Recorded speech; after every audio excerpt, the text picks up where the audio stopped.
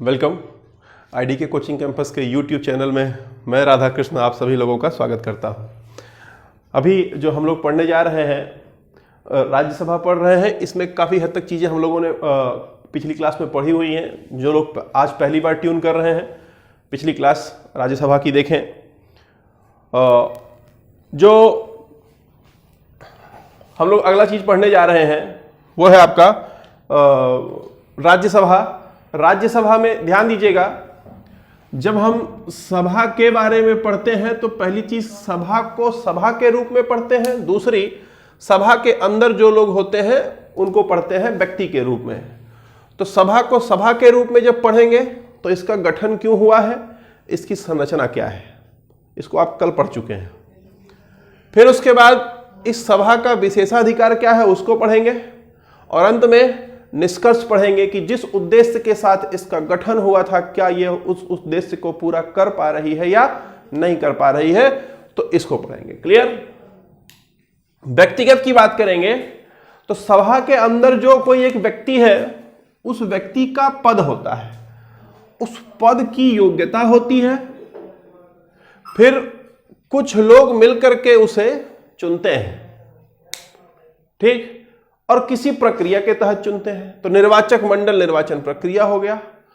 फिर उसके बाद वह व्यक्ति चुन लिया जाएगा, शपथ लेगा तो काम करेगा तो वेतन मिलेगा, अगर गलत काम करेगा तो उसे हटाया जाएगा। तो यही है कुल मिलाकर के हमें पढ़ना है।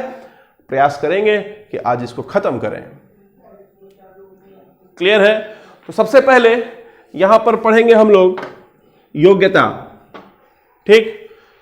तो योग्यता की जब बात आएगी तो देखिए बोलता है कि देखिए हम लोग गठन पढ़ चुके हैं, संरचना पढ़ चुके हैं। गठन क्यों हुआ है पढ़ चुके हैं पिछली क्लास में, संरचना क्या है उसको पढ़ चुके हैं।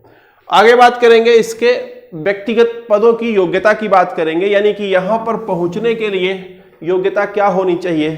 तो बोलता है भारत का नागरिक होना चाहिए, 30 साल की आयु होनी चाहिए, बोलता है लाभ के पद पर ना हो, ठीक, और फिर बोलता है कि पागल या दिवालिया ना हो, और अंत में बोलता है कि जनप्रतिनिधि अधिनियम 1951 की सभी शर्तों को पूरा करता हो।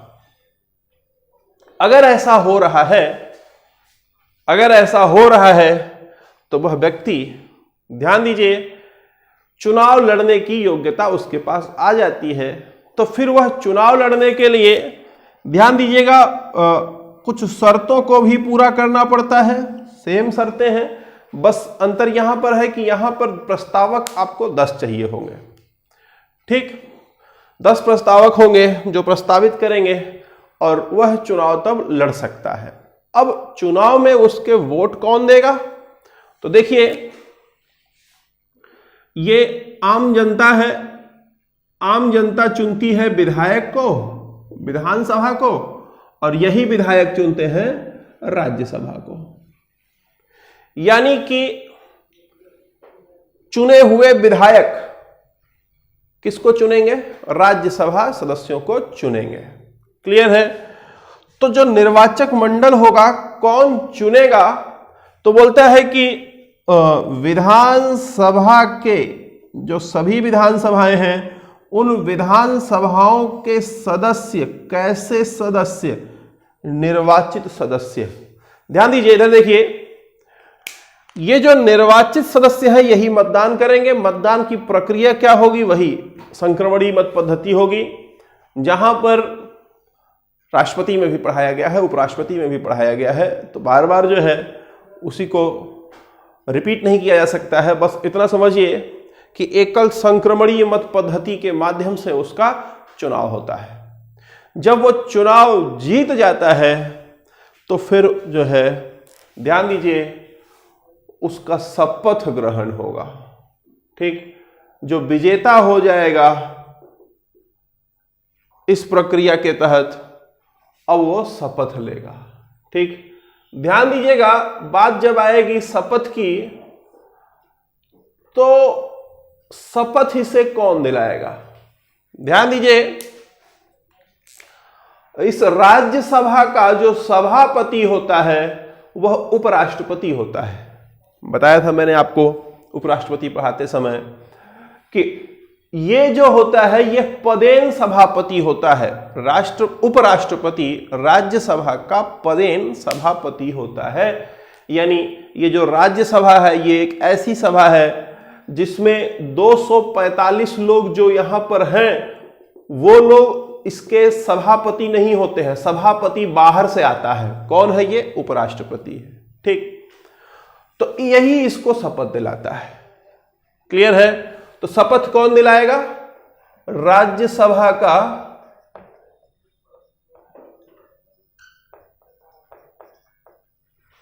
सभापति। समझ पा रहे हैं बात? अब देखिए,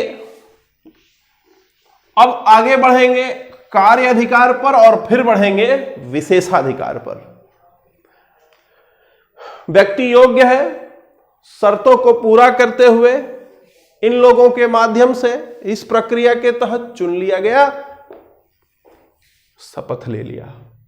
शपथ ले लेगा तो अब काम करेगा।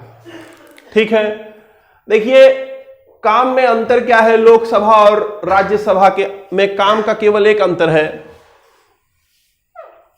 ध्यान देंगे, जब आप लोकसभा की बात कर रहे थे तो लोकसभा के पास 4 तरह के काम थे, इसके पास 3 तरह के काम है। एक काम ये नहीं करता है। कौन सा काम नहीं करता है उसको समझेंगे। ध्यान दीजिएगा मेरी बात। सबसे पहली चीज ये यहां पर देखें, इसके पास भी विधायी शक्ति है, विधि निर्माण की शक्ति है। दूसरी बात, इसके पास भी निर्वाचन का कार्य है, यानी निर्वाचन शक्ति भी है। तीसरा, इसके पास भी न्यायिक शक्ति है। ये तीनों शक्तियां लोकसभा के पास भी थी। लोकसभा के पास एक एडिशनल शक्ति थी, वो थी वित्तीय शक्ति। यहां पर वित्तीय शक्ति राज्यसभा के पास नहीं होती है। ये 3 तरह की शक्तियां होती हैं। पहली विधायी शक्ति, यानी कि जो सदस्य यहां चुन के जाएंगे, पहली चीज तो वो विधि बनाएंगे। क्लियर है? पहला काम, बस धन विधेयक को छोड़ दिया जाए तो कोई भी ऐसा विधेयक नहीं होगा जो राज्यसभा की सहमति के बिना कानून बन जाए। निर्वाचन की शक्ति, राष्ट्रपति को चुनना हो, उपराष्ट्रपति को चुनना हो तो ये लोग मतदान करते हैं। और अगर राष्ट्रपति को हटाना हो, उपराष्ट्रपति को हटाना हो, उसके बाद आपका नियंत्रक महालेखा परीक्षक को हटाना हो, या फिर जो है सर्वोच्च एवं उच्च न्यायालय के मुख्य एवं अन्य न्यायाधीशों को अगर हटाना हो, तो वहां पर ये हटाने की प्रक्रिया में भी भाग लेते हैं। जब तक ये सहमत नहीं होंगे तब तक, जितना मैंने नाम बोला, किसी को भी हटाया नहीं जा सकता है। समझ पा रहे हैं बात आप? तो एक तो हो गया योग्यता, शर्तें पूरी करके इन लोगों ने इस तरीके से उसे चुन लिया गया, शपथ लिया, शपथ लेगा, ये कार्य हो गया उसका। समझ आ गई बात? अब एक चीज बात करेंगे यहां पर विशेषाधिकार की। इसको मिटाना पड़ेगा। ध्यान दे लीजिए, आपने गठन कल पढ़ लिया था, संरचना भी कल पढ़ लिया था। आज आपने योग्यता पढ़ा, ये देख लिया, ये देख लिया, ये देख लिया। अब पढ़ना क्या है? ये विशेषाधिकार पढ़ना है, फिर वेतन पढ़ना है, फिर हटाया जाना पढ़ना है, और अंत में निष्कर्ष पढ़ना है। तो क्लियर हो रहा होगा कि क्या क्या पढ़ना है। ठीक है, तो आइए आगे बढ़ते हुए चलते हैं। ध्यान दीजिएगा,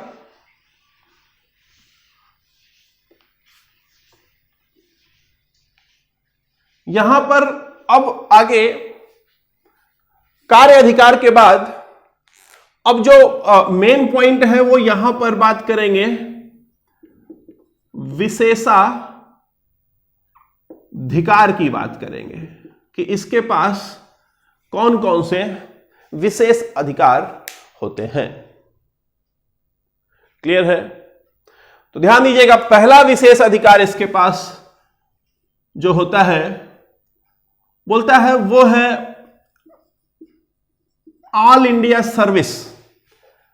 ऑल इंडिया सर्विस, अखिल भारतीय सेवा के सृजन एवं समापन के मामले में इसके पास विशेष अधिकार है। फिर उसके बाद बोलता है इसके पास राज्य सूची के विषयों के मामले में विशेष अधिकार है। और फिर जो अगली बात बोलता है वो ये, देखिए आज के क्लास का यही हाईलाइट है, इसी को समझना है, इसी पे टाइम लगेगा, ठीक। तीसरी चीज जो बोलता है वो ये कि जो तीसरा विशेषाधिकार है, बोलता है इसको आपातकाल के दौरान मिलता है। और चौथा विशेषाधिकार उपराष्ट्रपति को हटाते समय मिलता है, ठीक है। जब उपराष्ट्रपति को हटाना होता है, उपराष्ट्रपति के पदच्युत की प्रस्ताव की बात होती है, तो उपराष्ट्रपति को जब पद से च्युत करना होता है तो भी इसके पास विशेष अधिकार होते हैं, ठीक है। तो क्या है ये विशेष अधिकार, समझते हैं इसको, थोड़ा सा समय लगेगा। ध्यान दीजिएगा यहां पर क्या क्या चीजें हैं इसको समझेंगे। सबसे पहले यहां पर आएंगे, देखते हैं ऑल इंडिया सर्विस के मामले में इसके पास विशेष अधिकार कैसे है, ठीक। पहले ये देखिए, आपको ये पता होना चाहिए कि जो हमारे देश में सेवाएं हैं वो कितने प्रकार की होती हैं। सेवा, सर्विस यानी नौकरी, नौकरी कितने तरह की होती है ये आपको पता होना चाहिए। तो सबसे पहली जो चीज आपको समझनी है वो ये कि जो सेवाएं होंगी वो सेवाएं बेसिकली 3 तरह की होती हैं।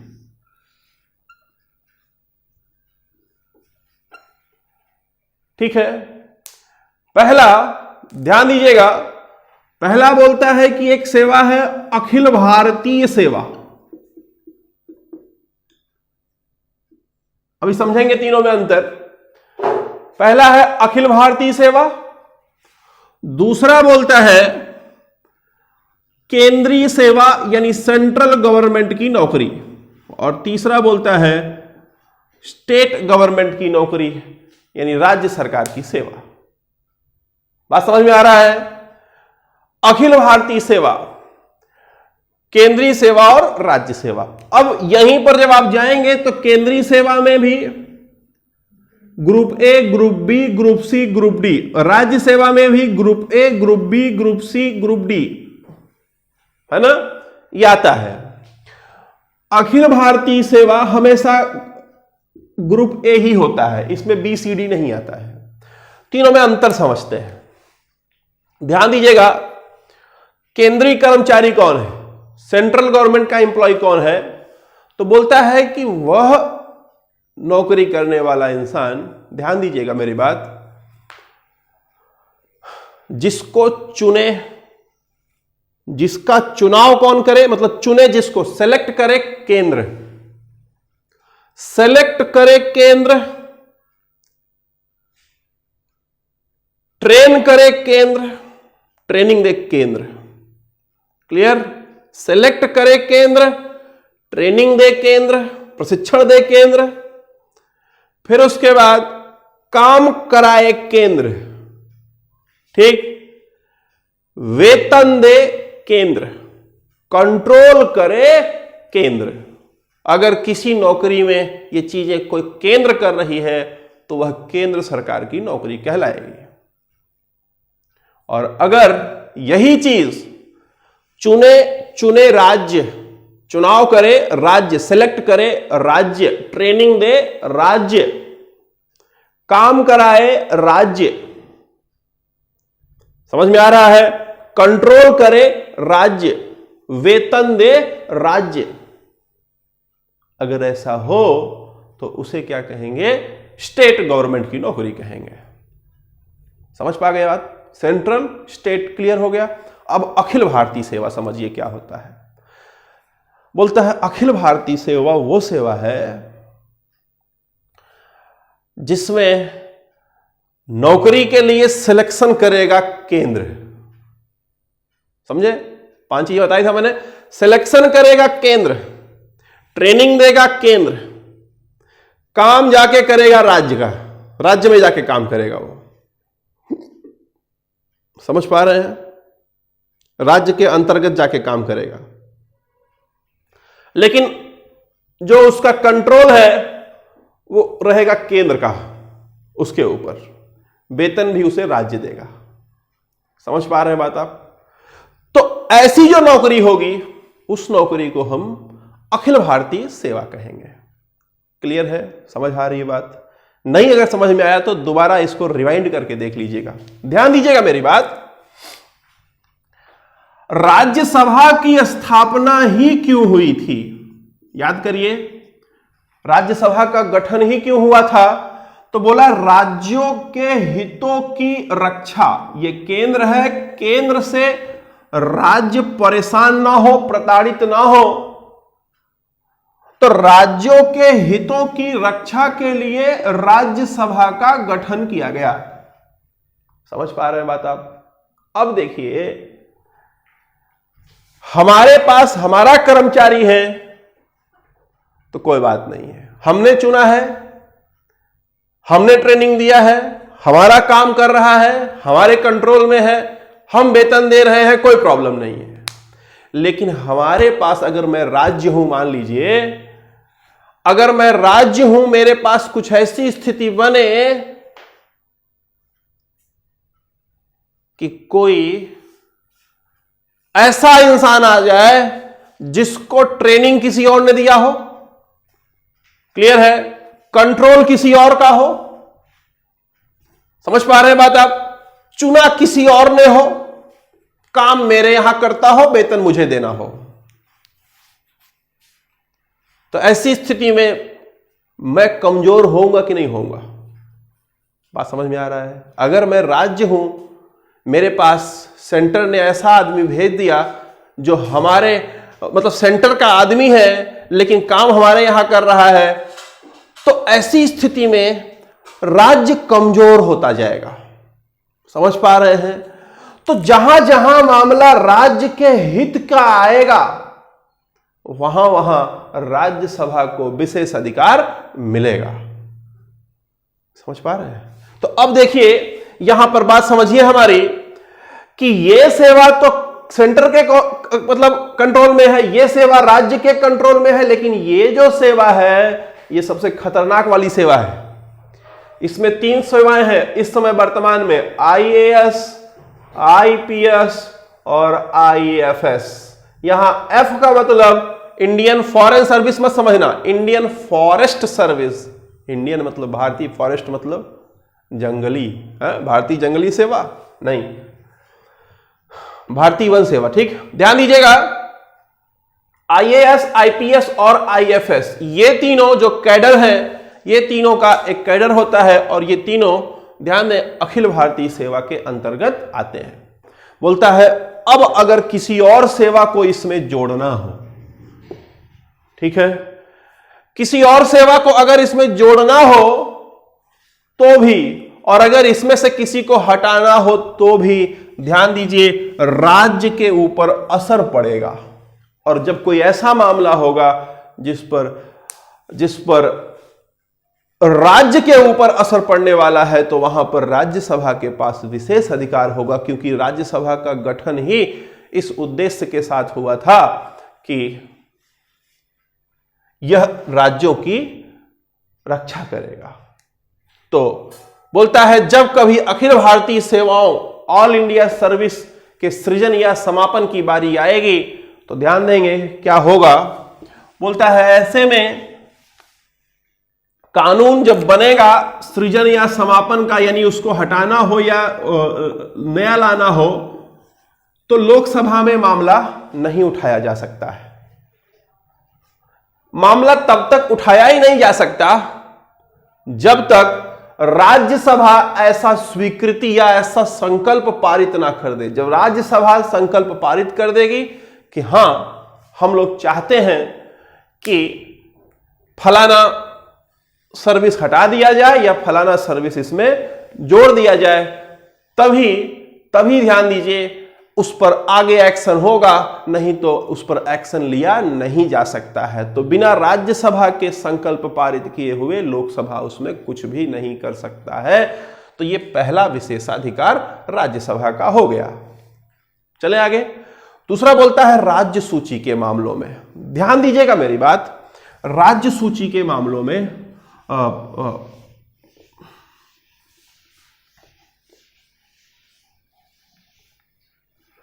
देखिए, राज्य सूची के मामलों में क्या होने वाला है। देखिए, बोलता है कि कुछ ऐसा है। देखिए, हमारे देश में 3 सूचियां बनी हुई हैं। एक राज्य सूची है, एक केंद्र सूची है और एक समवर्ती सूची है। बात समझिएगा, जल्दी समझिए। बोलता है जो मुद्दा लोकल है, लोकल महत्व का मुद्दा, लोकल महत्व का मुद्दा राज्य को दिया गया, राष्ट्रीय महत्व का मुद्दा केंद्र को दिया गया, और कुछ मुद्दे जो है जो दोनों के लिए जरूरी थे वो दोनों को दिए गए, यानी दोनों उस पर कानून बना सकते हैं। केंद्र भी बना सकता है, राज्य भी बना सकता है, लेकिन जब विरोधाभास होगा तो केंद्र द्वारा बनाया गया कानून मान्य होगा, राज्य वाला मान्य नहीं होगा। अब बात समझिए हमारी यहां पर, ये जो लोकल है, लोकल की जो मैं बात कर रहा हूं, जो मुद्दा लोकल है, हो सकता है कि वह मुद्दा कल को बढ़ करके बड़ा मुद्दा बन जाए और वो राष्ट्रीय मुद्दा हो जाए। क्लियर? तब इस मुद्दे पर यह कानून बनाना चाहेगा। तो बात यहां समझिए कि राज्य सूची के विषय पर केंद्र कानून नहीं बना सकता तब तक जब तक कि राज्यसभा पहले ऐसा संकल्प पारित ना कर दे। राज्यसभा जब तक संकल्प पारित नहीं करेगी, लोकसभा चाह करके उस पर कोई शुरुआत नहीं कर सकती है। समझ आई बात? तो राज्य सूची के मामलों में भी राज्यसभा के पास अधिक अधिकार होता है। अगर राज्य सूची के मामले पर केंद्र को कानून बनाना है तो लोकसभा शुरुआत नहीं कर सकती। राज्यसभा उसका प्रस्ताव पास करेगी, संकल्प पारित करेगी, तभी उस पर कानून बन सकता है, नहीं तो नहीं बन सकता है। चलें आगे बोलता है उपराष्ट्रपति को हटाने की बात करता है। ध्यान दीजिएगा, अगर उपराष्ट्रपति को हटाना हो तो देखिए, उपराष्ट्रपति को हटाने के लिए सबसे पहले उसे सूचना देनी पड़ती है। ठीक? सूचना लोकसभा के लोग दे ही नहीं सकते हैं। कौन दे सकता है? राज्यसभा के लोग। सूचना केवल और केवल राज्यसभा के लोग देंगे, यानी लोकसभा के लोग नहीं दे सकते। तो यहां पर लोकसभा कमजोर हुआ। 14 दिन बाद मामला केवल और केवल राज्यसभा में ही लाया जा सकता है। उपराष्ट्रपति को हटाने का प्रस्ताव लोकसभा में इंट्रोड्यूस, यानी कि प्रस्तावित, शुरुआत में नहीं किया जा सकता है। पहले राज्यसभा में आएगा, यहां से पारित होगा तो ही लोकसभा में जाएगा। तो इस प्रकार उपराष्ट्रपति को हटाने के मामले में भी राज्यसभा के पास विशेष अधिकार होते हैं। क्लियर है? आगे बात करेंगे आपातकाल के दौरान। ध्यान दीजिए, जब ऐसी स्थिति होती है कि आपातकाल लागू हो, मान लो राष्ट्रीय आपातकाल लागू हो जाए और नेशनल इमरजेंसी, है ना, अगर लागू हो और उस समय लोकसभा भंग हो, कोई भी आपातकाल लागू हो, कोई भी आपातकाल लागू हो और लोकसभा भंग हो, तो ऐसी स्थिति में क्या होगा? आपातकाल का जो अनुमोदन है, अनुमोदन करने का काम लोकसभा नहीं बल्कि राज्यसभा के पास होता है, वो राज्यसभा कर लेती है। क्लियर है? यानी राज्यसभा कभी भंग नहीं होती है, इसलिए इसके पास ये अधिकार हमेशा रहता है। ठीक? जबकि लोकसभा भंग हो सकती है, इसलिए लोकसभा के पास ये वाला अधिकार हमेशा नहीं रहता है। क्लियर हो गया? तो ये चीजें पढ़ लिया आपने। देखिए, कार्य हो गया, विशेषाधिकार हो गया। अब काम करेगा तो उसे वेतन मिलेगा। ठीक है? वेतन और भत्ता मिलेगा। तो जो वेतन भत्ता है same to same as it is, जैसा लोकसभा के लोगों को मिलता था वैसा ही मिलेगा। लोकसभा में एक गलती यह हो गई थी कि मैंने गलती से यहां पर 50,000 की जगह 45,000 लिख दिया था। ठीक है? तो जो वेतन है इसका वो रुपया 45 नहीं बल्कि 50,000 रुपीज पर मंथ इसका वेतन है। क्लियर? वेतन है। फिर उसके बाद उसको 45,000 रुपए हर महीना उसे भत्ता मिलता है और यह भत्ता हर महीने का होता है। ठीक। फिर उसके बाद उसके पास और 45,000 रुपए हर महीना कार्यालयी खर्च मिलता है, कार्यालय में खर्च करने के लिए मिलता है। ठीक। फिर बोलता है उसके बाद इसके पास 2,000 रुपया पर डे मिलता है, 2,000 रुपया पर डे अलग से भत्ता मिलता है। तो देखिए ये जो भत्ता मिलता है ये उस समय मिलता है जब ये संसद में, सदन में जाके काम करता है, तो उस दिन ये अलग से भत्ता मिलता है उसको। और ये भत्ता उसको अपने एरिया में रहता है तब मिलता है, और ये वाला उसके कार्यालय के खर्च के लिए मिलता है, और ये उसका क्या है, वेतन है ना। और MPLAD स्कीम इसके साथ भी लागू होता है, MPLAD स्कीम। ठीक है। MPLAD स्कीम जो होगा, member of parliament local area development scheme, इसके तहत क्या होगा कि इसको 5 करोड़ रुपए हर साल मिलते हैं खर्चा करने के लिए। जिस राज्य का होगा उस राज्य में किसी भी क्षेत्र में वह 5 करोड़ रुपया खर्चा कर सकता है। बात समझ में आ रहा है कि नहीं? क्लियर है? ये हो गया आपका MPLAD स्कीम। और ध्यान दीजिएगा मेरी बात, जो मनोनीत सदस्य होंगे वह पूरे देश में कहीं पर खर्चा कर सकते हैं। जो उनका 5 करोड़ हर साल का है वह पूरे देश में कहीं पर भी खर्चा कर सकते हैं। ठीक है। ये member of parliament local area development scheme होता है। अब उसके बाद बात आएगी हटाए जाने की। अगर गलत काम करेगा तो हटाया जाएगा। हटाएगा कौन इसको? इसका सभापति इसको हटाएगा। ठीक है। किस आधार पर हटाएगा? बोलता है कि वही सारे आधार जो आपने लोकसभा में पढ़े थे वही सारे आधार हैं। ठीक है। मर्यादा का उल्लंघन करे। ठीक। मर्यादा का उल्लंघन करे, दल बदल दे। ठीक। दल बदल दे, मर्यादा का उल्लंघन करे, ऐसे तमाम चीजें है ना। लगातार 60 बैठकों में अनुपस्थित हो, 2 वर्ष से अधिक का कारावास हो गया हो, व्हिप WHIP व्हिप का उल्लंघन करे। ठीक है। ये सारी चीजें मैंने लोकसभा में पढ़ाई हुई है, लोकसभा के अंतिम पार्ट में। इन सब मामलों में कुछ भी ऐसा होता है अगर, तो उसका जो सभापति है उसके पद से उसे हटा सकता है। यानी जब वह गलत काम करेगा तो उसका सभापति उसको उसके पद से हटा सकता है। तो इस प्रकार आपका पूरा पूरा राज्यसभा खत्म होता है। अब निष्कर्ष क्या है कि जिस उद्देश्य के साथ इसको गठित किया गया था, क्या वह उस उद्देश्य की पूर्ति कर पा रही है या नहीं कर पा रही है?